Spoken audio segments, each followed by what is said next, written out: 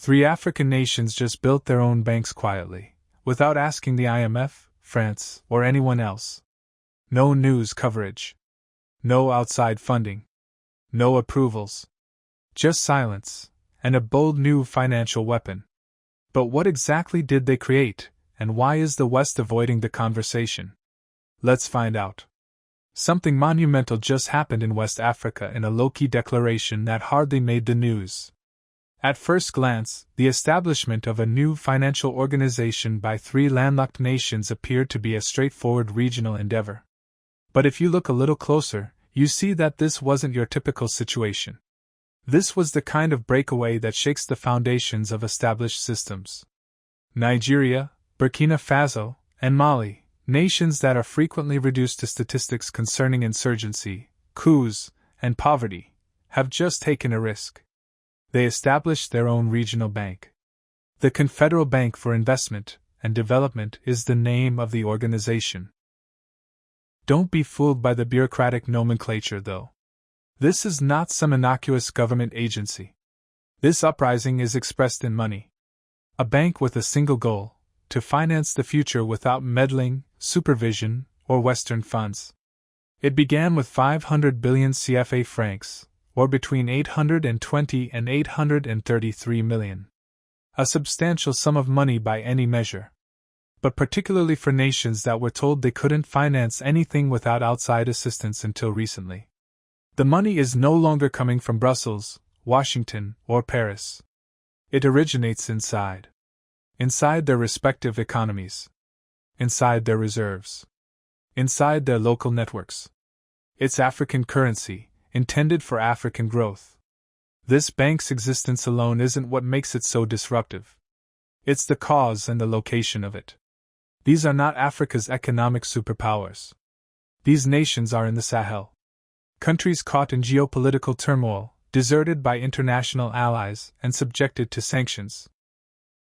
Nevertheless, they have accomplished something that experts claimed was impossible in spite of the pandemonium. They are taking charge of their economic future by subtly constructing the instruments of sovereignty rather than by demonstrating in public places. The ribbon-cutting ceremony was not ostentatious. No international dignitaries at the gala. Investors were not the target audience for the launch. It was not an aesthetic issue. It had to do with intent. This type of desire indicates that something more significant is happening. These nations are no longer in need of assistance. They're saying that they don't require it. And they're doing it with deeds rather than words. 3 nations that were formerly a part of the Francophone West African economic system, linked to the French-backed CFA currency, and intricately involved in organizations such as ECOWAS and the West African Economic and Monetary Union, would be served by the Confederal Bank. However, since 2023, these same nations have begun to reorganize their relationships, expelled French soldiers, and withdrew from ECOWAS. As a result, when they claim to have constructed a bank, it's not just a bank, rather, it's the last phase of their exit strategy, an indication that they won't be returning. This is when the narrative becomes even more disturbing. For everyone watching, not for them. This was more than a reaction to loneliness. The escalation was planned. Following economic pressure, political exclusion, and sanctions, these countries took an uncommon step in global politics. They ceased to respond and began to construct. They did not respond with diplomatic outrage or threats. In response, they produced something material that increases their independence, decreases their vulnerability, and makes them more difficult to manipulate. You must consider what this bank replaces in order to comprehend the scope of what is taking place.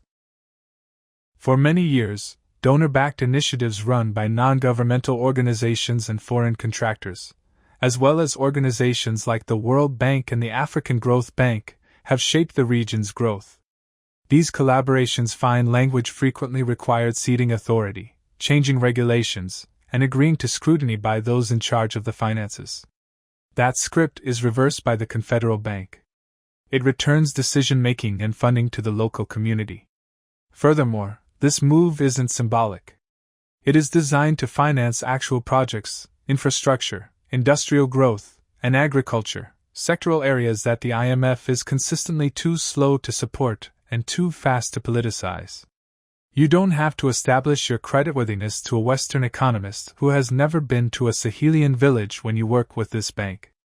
No need to fulfill growth goals formulated in boardrooms abroad.